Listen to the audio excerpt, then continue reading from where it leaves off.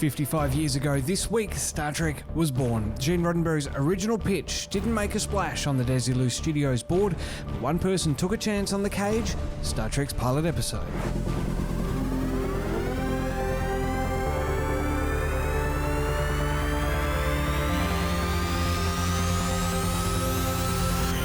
Now, in its 7th year of podcasting, Trekzone presents a Trekzone conversation with your host, Matt Miller. Well, joining me now to chat about this very exciting milestone is Mr. Larry Nemeczek, Dr. Trek himself. Larry, good to see you again, man, since Vegas. Hey, yes, good to see you and hear you, Matt.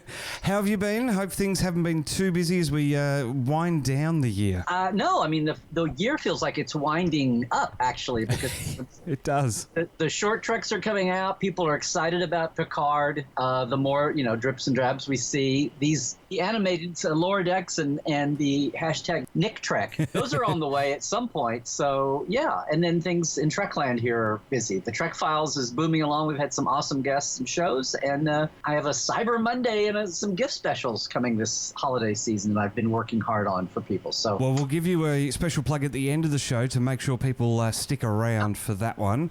Of course, you can find Larry at Larry Nemeczek on Twitter. But right now, I want to dive into 55 years ago this week. The Cage was filmed. Star Trek as we know it, or almost as we know it, was born. Yeah, it's amazing how, little did they know at the time that somebody 55 years later would care about this one crazy pilot that one studio might go broke over. And an incredible story as well about how Lucille Ball took a chance, didn't listen to the board, took a chance on Star Trek and tried to get it sold to NBC. It's one thing we sit here and say, oh, Lucille Ball and did this, and it's surprising. And it's a story that I wasn't aware of that the first years of fandom until Bob Justman and Herb Solo's book came out in the late 90s. And I was kind of I read it and I went, oh, that's interesting. And it took a few more years for somebody to finally, phrase it in the form of, do you realize if it wasn't for Lucille Ball, we would not have Star Trek? It was like, oh, I never thought that way, because, it was crazy. I mean, they had produced their own sitcoms like I Love Lucy. She and Desi, when they were married, right? So they got divorced in 1960, 61. She remarried Gary Morton, who I didn't realize was a comedian. I was just refreshing here.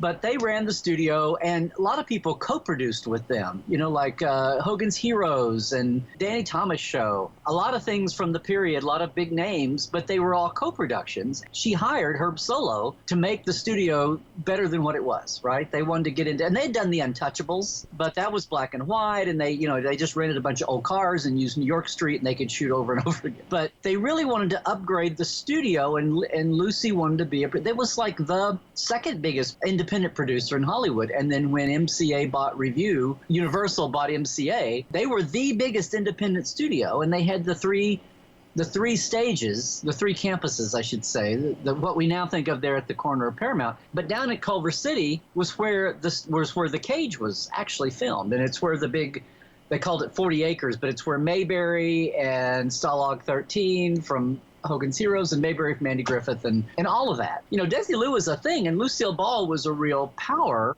at a time when people kind of, oh, it's Lucy and she's rich because she had a hit show and she's a funny comedian and she's got money, so she owns a studio. Well, she was actually head of it, and she didn't do the day-to-day nuts and bolts, especially after Desi left, but she still could, she was still a force to reckon with. And now it's interesting that today's lens, we go back and look at things. Sometimes we look at things less rosy with, we have a little clearer-eyed view of things in today's perspective. But one thing that's different is, like, here's a woman who was running her own studio. If you read their book, Bob Justman's so sarcastic. He's like, oh my God, we can't do these. What if they both buy them? What if CBS and NBC buy both shows? That would be great. No, that would be horrible. The ideas are beautiful, but actually putting them into practice. Right. And these guys that they can churn out Lucy's half-hour sitcom, 26 or 30 times a year.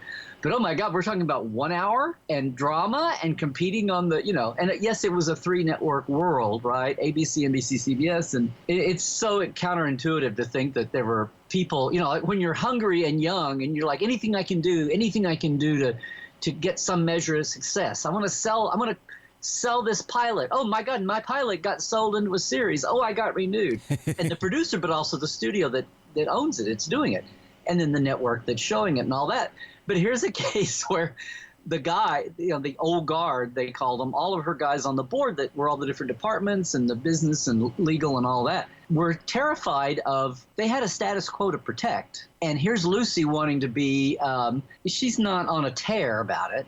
She's not just, that's not her whole world, but her ambition is to do this. And she doesn't want to kill herself to do it, but that's her preference. But the old guard on her board is going, oh, it's going to cost too much. And, and oh, great. The 2 shows you got are going to be so, and, Star Trek is ambitious anyway, aliens, and you can't go down and rent a Vulcans from Central Casting. You can't go down and rent a Starship Bridge console from whatever. It's got to all be built and all that, and the makeup and all of that, and the costumes. And Mission Impossible, you think, well, okay, it's a contemporary show, but they were always running around doing, European and Asian places, and they had disguises. Their makeup was as bad as Star Trek. So both shows were crazy expensive, and it wasn't that they got money to make the pilots, and then they made the pilots, and they both went over budget. But then Herb Solo sold them both, and they had to come back. And can you imagine if the 2 networks, and we're talking NBC and Star Trek, but CBS and Mission Impossible also.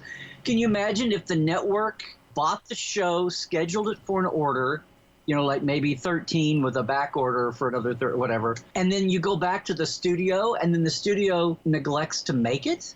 It's like, what would their credibility? Who would buy anything from them in the future? And that's the funny thing as well. Like we look at it now, and there's a massive fandom that's been created around Star Trek, and millions of people around the world, are fans and dress up and go to conventions and stuff like that. At the end of the day, Star Trek was born out of a business idea, as you say, to give someone a retirement a retirement plan. Well, I mean, somebody's retirement plan was almost the reason why they didn't make Star Trek. I mean, it was such a risky, crazy proposition. Not that it was science fiction, all that, but just looking at the numbers, the black and white numbers on the balance sheet. But Lucy had gotten Oscar Katz, who was very kind of a milquetoast guy, very conservative guy. But then they had hired Herb Solo to come in and shake things up and be the young pizzazz then, and he did it.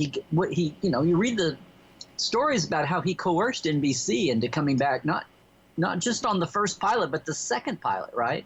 Because that's the other thing here is he got them to agree to a second one. But you're not going to run over. You've got all that. You don't have to spend anything, right? You built the costumes, you built the sets, right? So we're going to do this for a dime, right?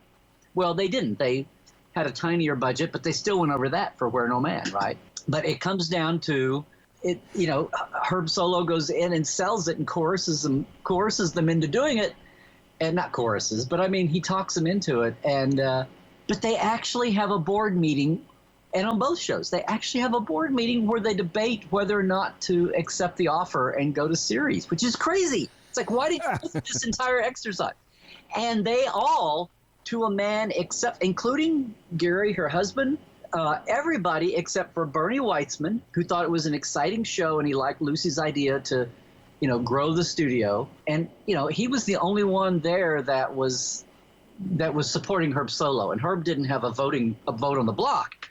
But Lucy was the chairman of the board, and it was still her idea. What's funny amazing is that at first, when Herb Solo told her the idea, it wasn't that she was like a raging progressive or a raging sci-fi fan or somebody that wanted the show.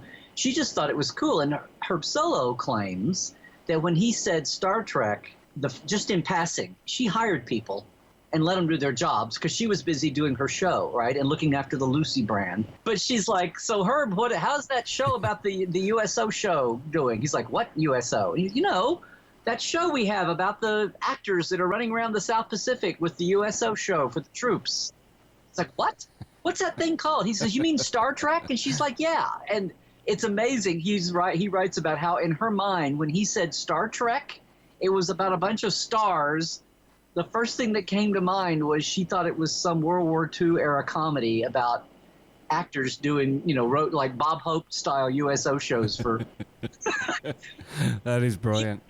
Even when he corrected her, though, then she was like, okay, okay. And so it's not like Lucy was this raving, sci-fi fan or, she was all up on the commentary of the week, but she liked the ambition, and she kind of liked the the chutzpah of going for it, and not being, I say, conservative in scope, and not being like hunkered down. She wanted to, but they warned her. They said, now this could, I mean, like the downside of this is, yes, she greenlit it, and she greenlit it when they all voted no.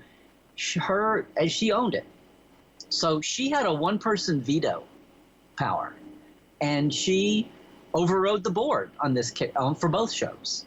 She said, nope, I want to do them. And Herb was in there like rawing, and he didn't have a vote, but he had her. And so they did. And, ironically, what happens in 2 years? They wind up selling out to Paramount, because it was just a real strain. It wasn't like they were in the black, but, we all know now the legendary stories about being ridden, Bob Justman and Gene, and all of the producers being ridden on Star Trek by the old guard there at the studio, their own studio bosses. Not NBC. NBC wanted more Planet shows. NBC wanted all this cool stuff. And Desilu's like going, you can't afford it, guys. You can't afford it. And they're having to please both masters. And then finally what happens is Desilu, did try to stretch its wings and wound up being plumb for the pickings when, again, like we talk about today, the media landscape changed. And here's Paramount Movies looking to pick up a TV studio, because the way the FCC had redone it was that you could have more content. The studios could own their own studios, basically. So Paramount was trying to catch up and get in the game, like Universal had bought MCA. Some of the other big movie studios had bought TV producing studios. So Paramount wanted a ready-made one. And, after 1970, you watch the Brady Bunch, you watch the Partridge Family or whatever, and the Odd Couple, and it's Paramount TV. But everything Paramount TV in the beginning, they just took the Desilu assets. And it didn't hurt that, Desilu Culver, now we look at it, we go, oh, there's Paramount. You take a Paramount tour, but it's all like they're on the lot together, and we have to go historically, and here's the pictures. There was a wall here, and Desilu was just on one end of the block. But it was very convenient for them to buy Desilu, tear down the wall, and you can look at the signs now, but, where they merged the lots together and got rid of some of the duplication. So that was a boon, but here's Desilu kind of ripe for the picking, and they weren't exactly in the strongest financial position just because they had taken a risk. Risks are both exhilarating and sometimes they pay off. And for Lucy, this one certainly did, and Mission Impossible did to a certain degree as well. You might say that Paramount's made a buck or two off the Mission franchise. Yeah, different path, right? And a little longer fuse.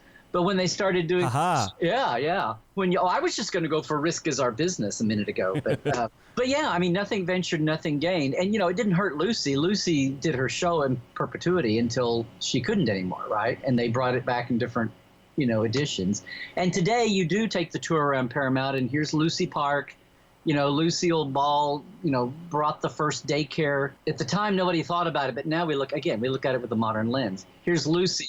Started the first daycare center on a Hollywood lot for people, so their kids, you could be close to them, so they didn't have to give them up, because she had her kids, and she's like, so it was kind of like this perk that if you worked at Desilu and you worked for Lucy, you could put your kids in the little studio daycare center instead of having it somewhere near you, so that if you're working those 12-hour days like they do in TV, 16-hour days, at least your kid is right there, and you might see him at lunch, right? I mean, there's all kinds of things. We go back to the original I Love Lucy, and they developed the 3-camera technique that now is still sitcom. Well, there's different kinds of sitcoms, but 3-camera sitcom was like the standard for ages. And Mark Daniels was a director on one of those pioneering directors on a sitcom on I Love Lucy, but then he comes over and he directs a lot of classic Star Trek. So that historical legacy in a lot of ways is when Tribulations was shot for DS9, I was shocked. I was there doing a kind of a live studio visit, just myself. It wasn't a big press day. It was just me. And somebody said, you should go over there and talk to Ed Cooper. I go, okay. He's one of the grips. He worked at Desilu when they dropped the tribbles on Shatner 30 years ago. Oh, wow. So, yeah. So, I mean, if you get my the 50th anniversary CD that I did, I've got like 10 minutes with him on there talking. But it was so amazing. But that's You know, that thing about it's a small town. Absolutely. That's the kind of thing. Anyway, it's funny looking at Lucy now through this modern lens and how that was always there, but sometimes we just have to kind of be, literally look through a different set of lenses and get it. And now, I mean, my friend April Hebert, I've seen other people cosplay Lucy at Star Trek conventions and, Comic-Con, because she's as much a part of Star Trek as anybody. Well, that 50th anniversary CD, Larry, I believe is still available in your store. Is that correct? Thank you. Yes, it is. Which segues beautifully into your Cyber Monday that you're going to tell us about. If you're in the market for some small gifts, I'm going to have those in a couple of weeks. But anybody listening right now, if you want to get something that's a bit, spoil yourself or spoil a really good friend of yours. But I have a combo deal. My two big live offerings. Portal 47, obviously every month. It's like a mini con every month. We do globally. We deep dive, have guests that you haven't heard from, and things out of my collection, and all of that. We have live touches and all that. So Portal 47. I've never done this, but what we're doing is I'm giving Trekland Treks, which is my day tours. You can design, right? I've got over 40 local filming sites here around Los Angeles. It's a day tour. We do 4 sites. You can go to treklandtreks.com and see that. You can go to portal47.net and see that. But for Cyber Monday, I'm doing 10% off of a Trek. If we can reserve it, you can do all the details. We can figure that out later. But through Monday midnight, Monday, December 2nd, you can get 10% off a Trek and get 6 months of Portal 47 free. Wow. When you get yourself to LA, you've got a big live day here, an experience that you'll never forget. But you've also got 6 months of Portal 47. You can meet all the other Portales around the world and all the people that I bring to the table, from hopefully give you a deeper dive into Star Trek the way you've never had it. But I've never combined them like that before, and I've never offered that big. I think Cyber Monday should be a big splash, and I've never done anything this big. So, I mean, it's a bigger ticket item than like little, stocking stuffers, and I'm going to have some of those later. That's incredible. Well, people need to get in on that. And, of course, if they want to catch you on social media, Larry, as I said, at Larry Nemechek on Twitter, but you're also on Facebook as well with Portal 47 and a few other things as well. Yeah. We have a public group for Portal 47 called the Observation Lounge on Facebook. So you have to ask to be let in, but then if you ask me a question, I'll vet you and let you in. If people want the Cyber Monday, just go to LarryNemechek.com. And it's right there, or they can even do LarryNemechek.com/cyber. But either way, it's right there on my front page. Fantastic, Larry. It is a thrill to talk to you, as always, every time that you come on the show. So I really appreciate it. Really appreciate you jumping in with a day's notice to fill this week's show, 55 years on from Star Trek's birth. Yeah. I mean, people always talk about 66, but I always try to, add 2 more years onto it and remember that it started in December 64 with the crazy redhead.